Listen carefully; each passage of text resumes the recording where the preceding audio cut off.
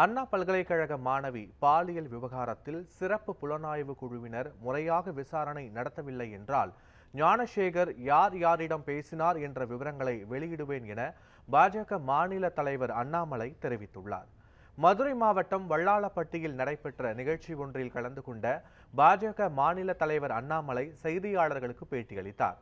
அப்போது ஞானசேகரன் யார் யாருடன் பேசினார் என்பது தனக்கு தெரியும் எனவும் வழக்கின் போக்கை தெரிந்து கொண்டு ஆதாரங்களை வெளியிடப் போவதாகவும் அவர் தெரிவித்துள்ளார்.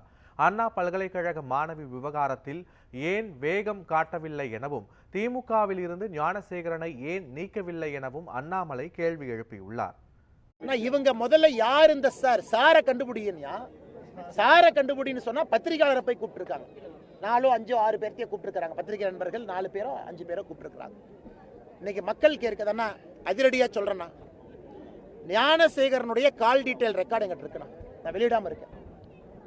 ஞானசேகரனுடைய மொபைல் போன் ரெக்கார்டு எங்கிட்ட இருக்கு, எடுத்து வச்சுட்டேன். எல்லாத்தையும் அனலைஸ் பண்ணிட்டேன். ஞானசேகரன் 23 டிசம்பர் யார்கிட்ட பேசினா எங்கிட்ட இருக்கு ரெக்கார்டு. 24 யார்கிட்ட பேசினா எங்கிட்ட இருக்கு. அதிலே சில போலீஸ் அதிகாரிகளும் சம்பந்தப்பட்டிருக்கின்றார்கள். இந்த எஸ்ஐடி அதிகாரிகள் மாநில அரசுக்கு வேண்டுகோள் வைக்கிறேன், இப்படித்தான் நீங்க இன்வெஸ்டிகேட் பண்ணணும்னு நினைச்சீங்கன்னா எனக்கும் சிடிஆரை வெளியிட தெரியும், எனக்கும் வெளியிட தெரியும். அதனால பத்திரிகை நண்பர்களை அழைத்து அவங்கள மிரட்டி செல்போனை கொடுத்துட்டு போ, நீ டெலீட் பண்ணியிருந்தா கூட நான் சாஃப்ட்வேர்ல போட்டு டெலீட் பண்ணதெல்லாம் எடுப்பேன். ஆனா பத்திரிகையாளர் உள்ள செல்போன்ல லீக்கான எஃப்ஐஆர் இருந்தால் உங்கள் வேலையை நீங்கள் சரியாக செஞ்சுருக்கீங்கன்னு அர்த்தம். நான் பாராட்டுறேன்.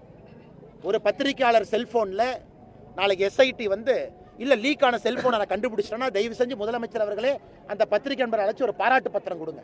ஏன்னா பத்திரிகையாளர் தன்னுடைய வேலையை கரெக்டாக செஞ்சிருக்காருன்னு அர்த்தம்.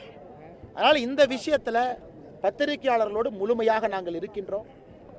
ஏதாவது ஒரு பத்திரிகையாளரை ஹராஸ் பண்ணாங்கன்னா பாரதிய ஜனதா கட்சியினுடைய எங்கள் அட்வொகேட் உங்களுக்கு ஆஜராவாங்க, கட்சி சார்பு இல்லாமல். சுப்ரீம் கோர்ட்டுக்கு நீங்க போனீங்கன்னா அந்த செலவையும் பாரதிய ஜனதா கட்சி நீங்க யாரா வேணாலும் இருங்க, உங்களுக்கு எந்த சித்தாந்தம் வேண்டுமானாலும் இருக்கட்டும், நீங்க ஆளும் கட்சி எதிர்கட்சி, ஆனா பத்திரிகையாளர் என்கின்ற ஒரே வார்த்தைக்காக உங்களுக்கு லீகல் சப்போர்ட்டை நாங்க பண்றோம். எப்படி உங்களை பிடிச்சி உள்ள போடுவாங்கன்னு பார்க்கணும். அண்ணா பல்கலைக்கழக வழக்கில் ஏன் வேகம் காட்ட மாட்டீங்க? இது முழுசா உங்க ஸ்டேட், உங்க வழக்கு, நீங்க தான் சிஎம். இதுல அந்த வேகத்தை காட்டுங்களேன். கட்சியை விட்டு ஞானசேகரன் இன்னும் சஸ்பெண்ட் பண்ணல. அதனால தயவு செஞ்சு இந்த மீடியா ட்ரையல், மீடியா ஹராஸ்மெண்ட் பண்ணாதீங்க என்பதை தாழ்மையோடு மறுபடியும் கேட்டுக்கிறேன்.